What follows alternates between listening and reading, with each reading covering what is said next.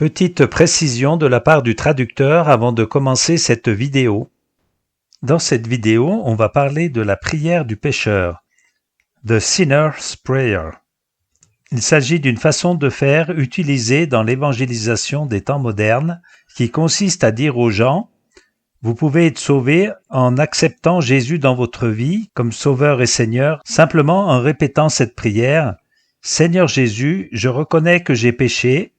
Je crois que tu es mort sur la croix pour pardonner tous mes péchés. Je te demande de me pardonner et je t'accepte dans mon cœur comme Seigneur et Sauveur. » Voilà, donc quand on va parler de la prière du pécheur, il s'agit de cela. Bonjour à chacun de vous, une petite vidéo pour parler aujourd'hui de la prière du pécheur, parce qu'on me le demande souvent, et cela revient encore et encore au sujet de la prière du pécheur.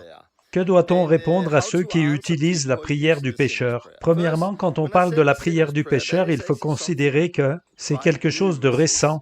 C'est seulement au cours des 100 dernières années que l'on a entendu parler de cette prière du pécheur. Et cette prière est basée sur Romains 10, verset 9. « Si tu crois dans ton cœur et confesses de ta bouche, tu seras sauvé. » Ce petit texte, ces versets-là qui sont dans Romains 10, ont été sortis de leur contexte et sont devenus aujourd'hui comme quelque chose de magique.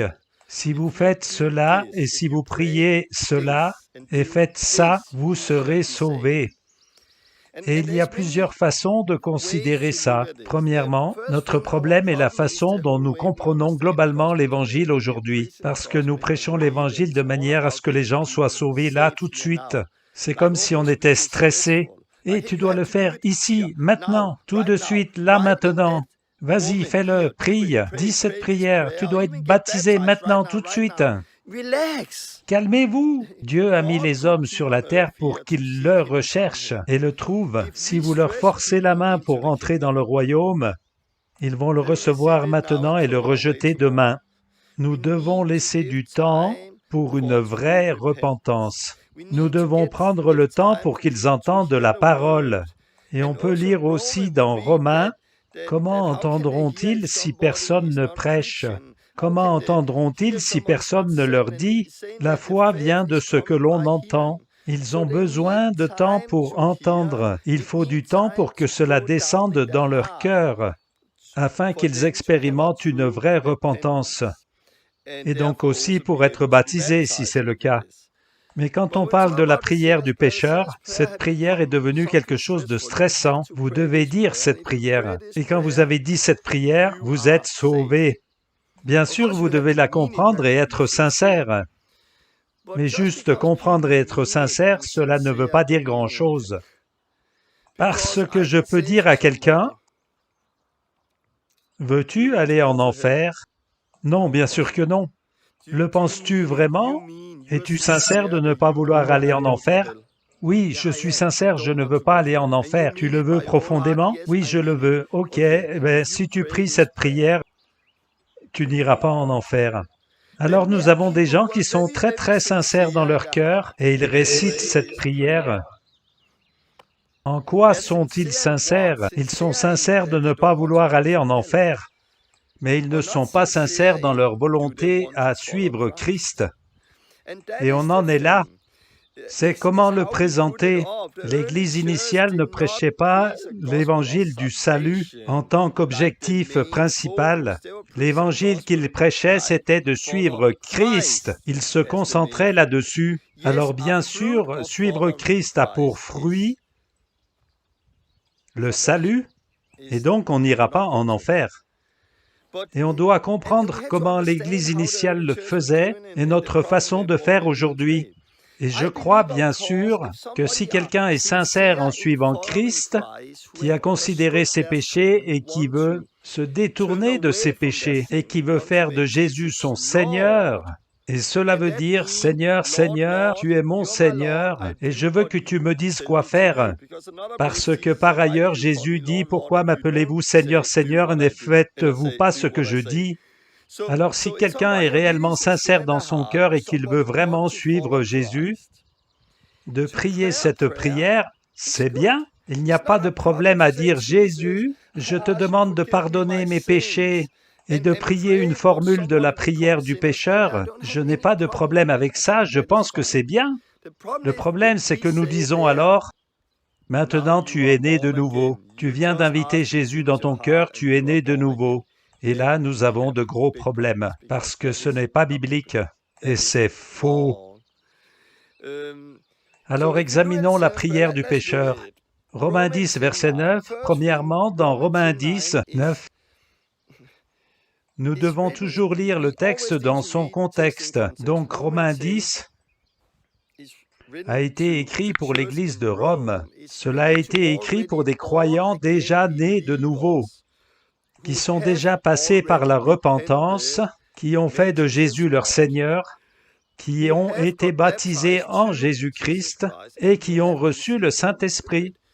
Et dans la même lettre aux Romains, pas très loin en avant, au chapitre 6, Paul dit « Rappelez-vous que nous avons tous été baptisés ».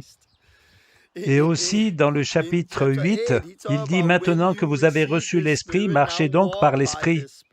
Alors il parle de ça. En fait, il parle à ceux-là qui se sont déjà repentis, qui ont Jésus pour Seigneur, qui ont été baptisés d'eau et ont reçu le Saint-Esprit. Et à ceux-là qui sont déjà croyants, on voit dans le contexte qu'il leur dit « Si vous croyez ou si vous continuez de croire, c'est écrit comme ça, et que vous confessez et continuez de confesser que Jésus est le Seigneur, vous serez un jour sauvés. » C'est comme ça qu'il faut comprendre Romains 10, verset 9. Alors le bon contexte pour ces versets, est-ce que vous ou moi sommes des croyants qui sont nés de nouveau? Si nous continuons à croire, si nous continuons à confesser que Jésus est Seigneur, nous pourrons être sauvés un jour. Celui qui persévérera jusqu'à la fin sera sauvé. Et c'est bien ça le contexte. Mais aujourd'hui, on sort un verset du contexte. Et puis, on sort à la rencontre des pécheurs qui n'ont pas entendu l'évangile complet au sujet de la repentance, qui ne savent rien de la croix et de ce que Jésus a fait. Ils ne savent pas qu'il peut être leur Seigneur. Ils ne savent rien au sujet du baptême et du Saint-Esprit. Et on vient leur dire « Salut mon gars, si tu récites cette prière, tu vas être sauvé un jour. » Ça ne marche pas, c'est faux. De toutes les manières, ce n'est pas biblique d'utiliser la prière du pécheur de la manière dont nous le faisons aujourd'hui. Il n'y a pas de fondement historique. C'est une chose très récente, environ une centaine d'années. Ils ne faisaient pas ça il y a 300-400 ans. Ils ne connaissaient pas la prière du pécheur. C'est récent. Et aussi, on peut aller voir dans le livre des Actes. Pierre s'est levé à la Pentecôte et ils ont demandé « Que devons-nous faire ?» Il n'a pas dit « Courbez vos têtes et répétez cette prière après moi ». Personne dans le livre des Actes n'utilise la prière du pécheur, mais chacun dans le livre des Actes met en place le baptême, la repentance. Chaque personne dans le livre des Actes désire non seulement être sauvé et aller au ciel, mais désire suivre Christ. Alors on doit se repentir et se détourner de ses péchés. Et là on reçoit un nouveau cœur. Puis on se fait baptiser pour être nettoyé de ses péchés. Et là, on parle d'être sauvé de nos péchés, de notre passé, d'être délivré de nos chaînes, de toutes ces choses qui nous tiennent, parce que celui qui commet le péché devient esclave du péché. Nous sommes sauvés de ce corps qui est soumis au péché et à la mort. Et nous pouvons vivre une nouvelle vie en Christ. Et nous recevons le Saint-Esprit, cette puissance pour pouvoir vivre cette nouvelle vie. C'est ce que l'on peut lire dans le livre des Actes, comment la première Église annonçait l'Évangile. Ils n'ont jamais utilisé la prière du pécheur, pas une seule fois. Ils faisaient comme ça, comme nous le faisons aujourd'hui. Mais chaque fois qu'ils prêchaient l'Évangile, et partout, la réponse était « Il y a de l'eau, pouvez-vous me baptiser ?» « Ok, tu as compris l'Évangile, allons-y, on te baptise. » Et à ce sujet, je voudrais dire, ne baptisez pas trop vite. J'ai vu trop de gens qui ont été baptisés trop vite. Quand Jésus dit dans Matthieu 28, « Allez, faites des disciples, baptisez-les. » Et apprenez-leur à obéir à tout ce que je vous ai prescrit. Apprenez-leur à obéir à tout ce que je vous ai commandé. A. Baptisez-les. B. Enseignez-les à obéir à tout ce que j'ai commandé. Si les gens ne veulent pas faire la partie B, ne leur donnez pas la partie A. Ne baptisez pas les gens qui ne sont pas prêts à être enseignés par la suite. à obéir à tout ce qui a été commandé. Je pense que le problème est là. Je vois des gens qui font de la prière du pécheur quelque chose de magique. Du genre, si vous priez cette prière, vous allez être sauvé et tout va bien aller. Quel va en être le fruit? On connaît un arbre à son fruit. Pour beaucoup, et c'est des milliers de personnes qui ont prié cette prière du pécheur, il n'y a pas de fruit. Le fruit, c'est qu'ils ont prié et qu'ils ont continué à vivre dans le péché après. Il n'y a pas eu de transformation. On peut voir le même fruit amer avec le baptême d'eau, et c'est tellement triste.